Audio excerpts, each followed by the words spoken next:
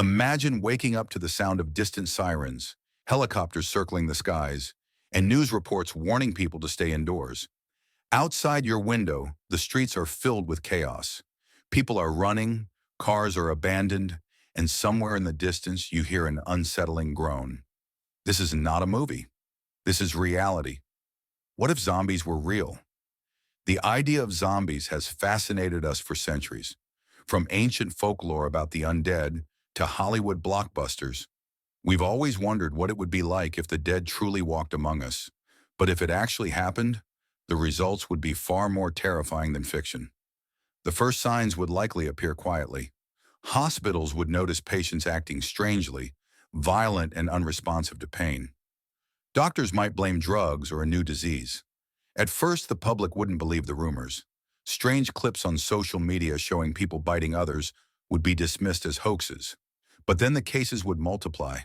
A bite victim would attack their family.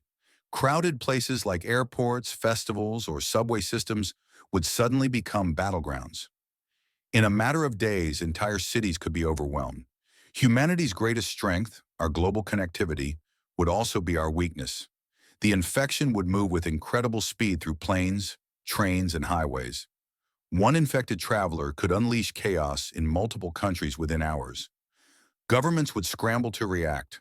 Borders would close. Flights would be grounded, and martial law would be declared. But panic spreads faster than any virus. People fleeing cities would carry the infection further, turning safe zones into new outbreaks. In the beginning, armies and police would seem unstoppable.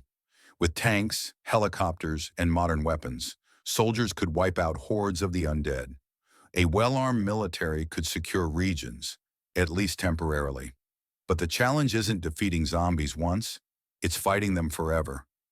Soldiers get tired, ammunition runs out, fuel supplies vanish, and every fallen human becomes a new threat. Even the strongest armies would eventually break under constant pressure. Within weeks, daily life would collapse. Power plants would shut down without workers to operate them. Supermarkets would be emptied in hours, with no supply trucks ever arriving again. Medicine would run out, and hospitals would be overrun. Cities would turn into death traps of fire, wreckage, and endless moaning. The survivors would scatter. Some would flee to the countryside, hoping isolation could protect them. Others would fortify houses, schools, or even prisons into makeshift fortresses. Small groups would form, bound by trust and desperation. Yet in many cases, the biggest danger wouldn't be zombies at all. It would be other humans. Desperate, hungry people might raid supplies, betray allies, or fight over resources. In a world without law, survival would often depend more on human choices than on the monsters outside.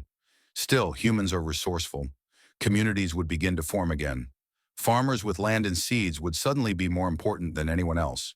Water sources would become sacred. Survivors would learn to use radios, bicycles, or even horses to replace lost technology. Over time, small villages could turn into fortified safe zones. Walls would rise around towns, guarded day and night, echoing the defenses of the Middle Ages.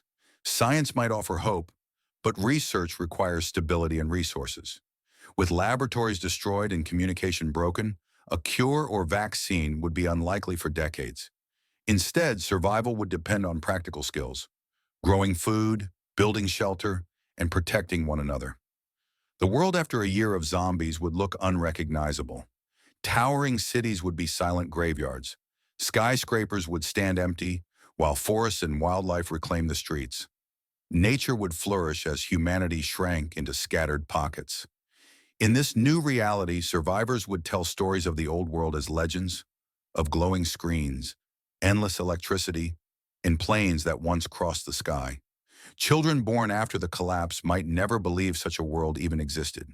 And yet, even in this nightmare, humanity would endure. People would rebuild in small ways, forming communities, writing new rules, and holding on to hope. Because if history shows us anything, it's that we are survivors.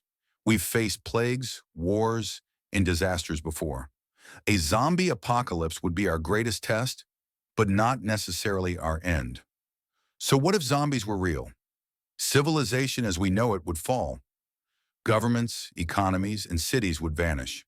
But people, stubborn, adaptable, and determined, would find a way to keep going. The question is not whether we could fight the zombies. The real question is what kind of world we would build after they came.